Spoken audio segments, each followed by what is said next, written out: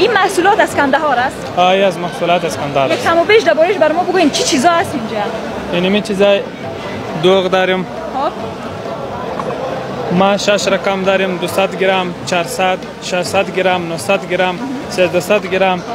پنیر داریم، پنیر 100 گرمه داریم. کلی از تولید وطنی است.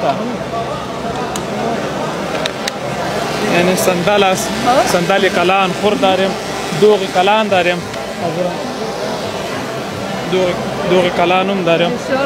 شیر پلیزی داریم، دونمو تامی نانا، تامی پیستا است.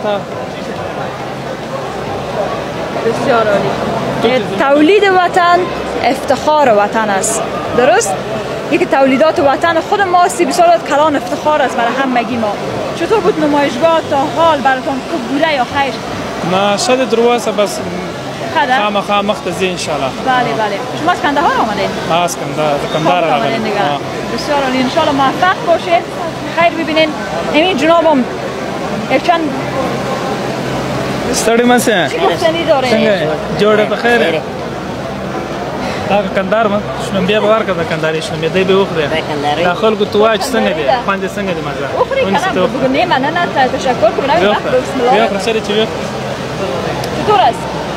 ترش است؟